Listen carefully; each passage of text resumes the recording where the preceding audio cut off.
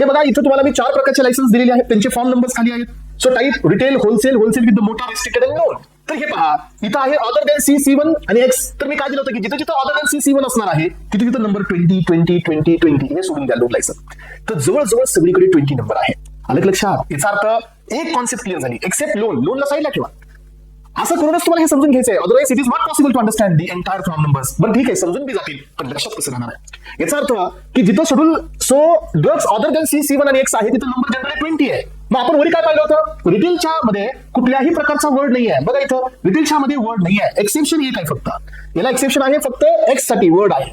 पण रिटेलमध्ये इथं schedule C other than C1 आणि X, शेड्यूल C आणि C1 एक्सक्लुडिंग X आणि X याच्यामध्ये ह्या दोघांना वर्ड नाही आहे. हे एक्सेप्शन आहे. पुढे तुम्हाला हे सांगायचं आहे. मग आता पुढे येतोय सो होलसेल मध्ये जो काही नंबर तुम्हाला मिळालाय त्याच्या पाठीमागे B आहे. X हे एक्सेप्शन आहे.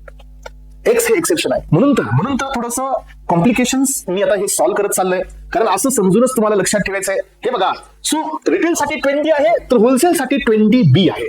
तर होलसेल साठी एक B ऍड होतोय, तर होलसेल विथ द मोटार साठी 20 डबल B आहे. सो शेड्यूल C1 साठी 21 आहे, तर याच्यासाठी 21 B आहे. हे होलसेल साठी सिंगल B आहे. तर होलसेल साठी सिंगल B आहे, तर होलसेल विथ द मोटार साठी डबल B आहे. फरक समजला? वरती जाऊन बघा, आम्ही तुम्हाला हे दिलं होतं की रेस्ट्रिक्टेड लायसन्स साठी जो डिजिट आले ते A आलेला आहे. इथं बघा 20A आणि हे 21A. याचा अर्थ काय की तुम्हाला आत्ताच्या आत्ता एवढे फॉर्म्स लक्षात राहू शकतात.